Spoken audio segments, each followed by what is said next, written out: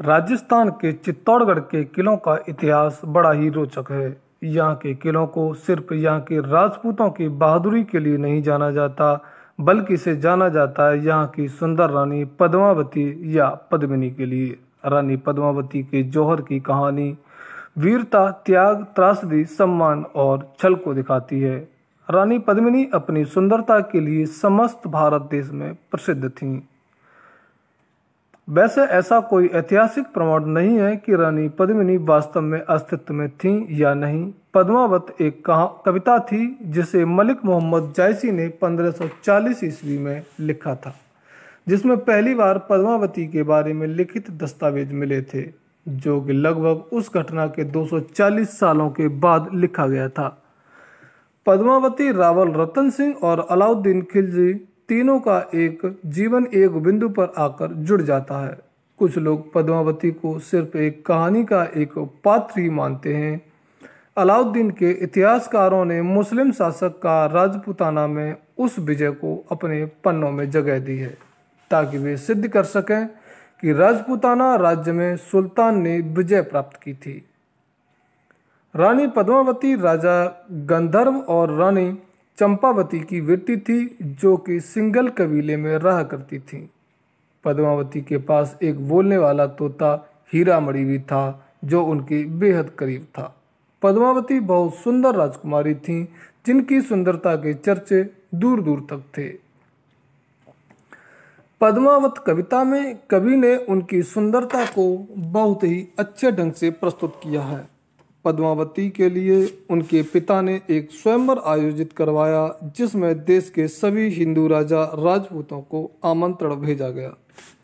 मलकान सिंह, जो एक छोटे से राज्य के राजा थे, उन्होंने सबसे पहले राजकुमारी पद्मावती का हाथ मांगा। चित्तौड़ के राजा रावल रतन सिंह भी इस स्वयंवर में गए थे, लेकिन उनकी पहले से 13 रानियां थीं। रावल रतन सिंह ने मलकान को इस स्वयंवर में हरा दिया और रानी पद्मावती से विवाह कर लिया। वे अपनी पत्नी पद्मावती के साथ चित्तौड़ आ गए। 12वीं एवं 13वीं शताब्दी के समय चित्तौड़ में राजपूत राजा रावल रतन सिंह का राज्य था, जो सिसोदिया राजवंश के शासक थे। वे एक बहादुर और महान योद्धा थे। रावल रतन सिंह अपनी पत्नी पद्मावती से अत्यधिक प्रेम किया करते थे। इससे पहले इनकी 13 शादियां हो चुकी थीं, लेकिन पद्मावती के बाद इन्होंने कोई विवाह नहीं किया। राजा बहुत अच्छे शासक थे, जो अपनी प्रजा से बहुत प्यार करते थे। उनके राज्य में एक बहुत अच्छा गायक राघव चेतक था, जो गायकी के अलावा राघव को काला जादू भी आता था। जो बात किसी को नहीं पता थी, राघव ने अपनी इस प्रतिभा का इस्तेमाल अपने ही राजा के खिलाफ करना चाहा और वह एक दिन रंगे हाथों पकड़ा भी गया। राजा को जब इस बात का पता चला तो उसने सजा के रूप में उसका मुंह काला कर उसे गधे पर बिठाकर अपने राज्य से बहिष्कृत कर दिया। इस कड़ी और घिनौनी सजा से राजा रतन सिंह का एक दुश्मन और बढ़ गया। राघव चेतन ने राजा के खिलाफ बगावत कर दी थी। अब इस कहानी में अलाउद्दीन खिलजी आते हैं। राघव चेतन अपने इस अपमान के बाद दिल्ली की ओर बढ़ा, ताकि वे दिल्ली के सुल्तान से हाथ मिला सके और चित्तौड़ में हमला कर सके। राघव चेतक अलाउद्दीन खिलजी के बारे में अच्छे से जानता था। उसे पता था कि सुल्तान दिल्ली के पास जंगल में रोज शिकार करने के लिए आता है। राघव अलाउद्दीन खिलजी से मिलने की चाह में रोज जंगल में बैठे बांसुरी बजाता रहता था।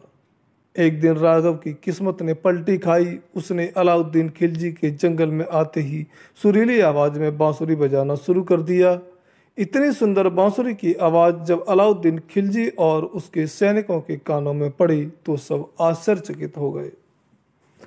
अलाउद्दीन खिलजी ने अपने सैनिकों को उस इंसान को ढूंढने के लिए भेजा, तो राघव को सैनिक ले आए। अलाउद्दीन खिलजी ने उसे दिल्ली में अपने दरबार में आने को कहा। राघव चालाक बहुत था और उसने इस मौके का फायदा उठाते हुए सुल्तान से कहा कि अब उसके पास इतनी सुंदर सुंदर वस्तुएं हैं, तो वो क्यों इस साधारण से संगीतकार को अपने राज्य में बुला रहे हैं। सुल्तान सोच में पड़ गए और राघव से अपनी बात को स्पष्टता से समझाने को कहा। राघव तब सुल्तान को बताता है कि वो एक गद्दार है, साथ ही वो वहाँ की रानी पद्मावती की सुंदरता का बखान कुछ इस तरह करता है कि अलाउद्दीन खिलजी उसकी बात सुनकर उत्तेजना से भर जाते हैं और चित्तौड़ में हमले का विचार कर लेते हैं। अलाउद्दीन खिलजी सोचता है कि इतनी सुंदर रानी को उसके हरम की सुंदरता बढ़ानी चाहिए। पद्मावती की सुंदरता को सुन अलाउद्दीन खिलजी चित्तौड़ में चढ़ाई कर देता है। वहां पहुंचकर अलाउद्दीन खिलजी देखता है कि चित्तौड़ में सुरक्षा व्यवस्था बहुत ही ज़्यादा मजबूत है।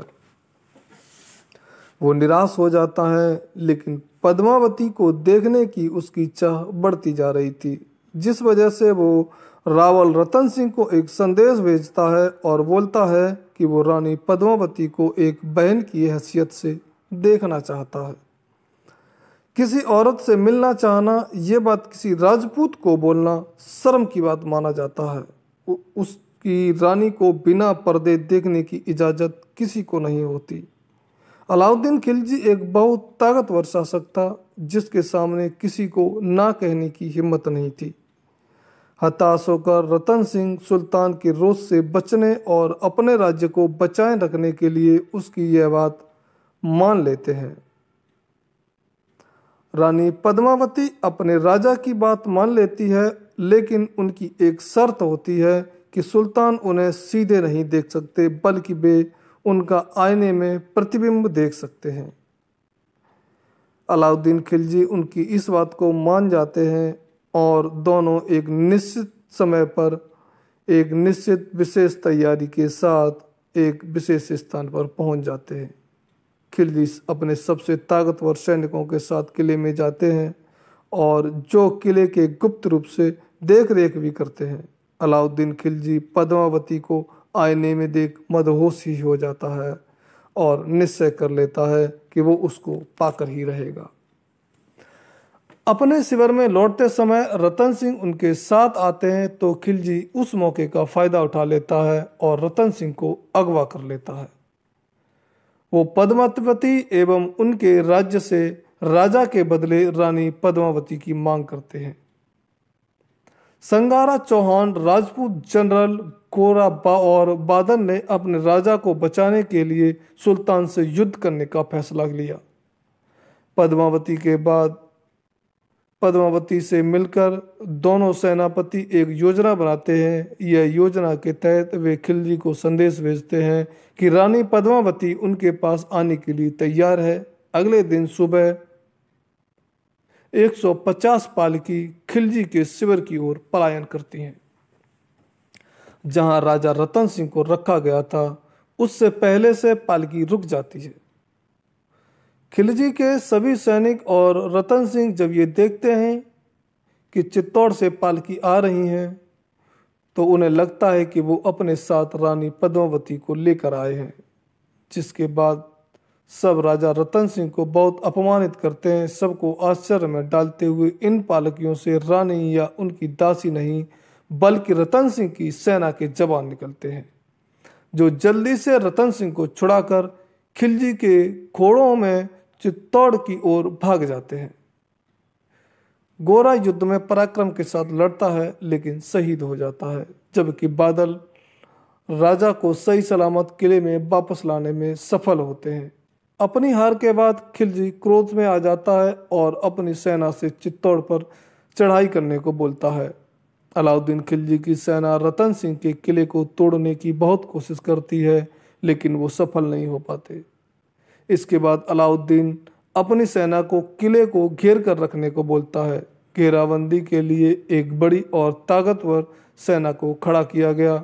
लगातार कई दिनों तक वे घेराबंदी किए खड़े रहे, जिससे धीरे धीरे किले के अंदर खाने पीने की कमी होने लगी। अंत में रतन सिंह ने अपनी सेना को आदेश दिया कि किले का दरवाजा खोल दिया जाए और दुश्मनों से मरते दम तक लड़ाई की जाए।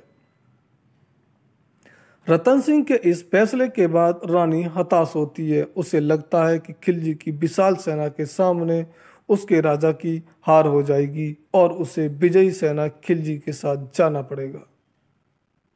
इसलिए पद्मावती निश्चय करती है कि वो जौहर कर लेगी। जौहर का मतलब होता है आत्महत्या। इसमें रानी के साथ किले की सारी औरतें आग में कूद जाती हैं। 26 अगस्त सन 1303 में पद्मावती भी जौहर के लिए तैयार हो जाती है और आग में कूदकर अपने पतिव्रता होने का प्रमाण देती है। किले की महिलाओं के मरने के बाद वहां के पुरुषों के पास लड़ने की कोई वजह नहीं होती है। उनके पास दो रास्ते होते हैं, या वो दुश्मनों के सामने हार मान लें या मरते दम तक लड़ते रहें। अलाउद्दीन खिलजी की जीत हो जाती है। वो चित्तौड़ के किले में प्रवेश करता है, लेकिन वहां सिर्फ मृत शरीर, राख और हड्डियां मिलती हैं। साथियों, ऐसी ही वीरांगनाओं की कहानियां सुनने के लिए हमारे चैनल को सब्सक्राइब करें और वीडियो को लाइक करें। आपका बहुत बहुत धन्यवाद।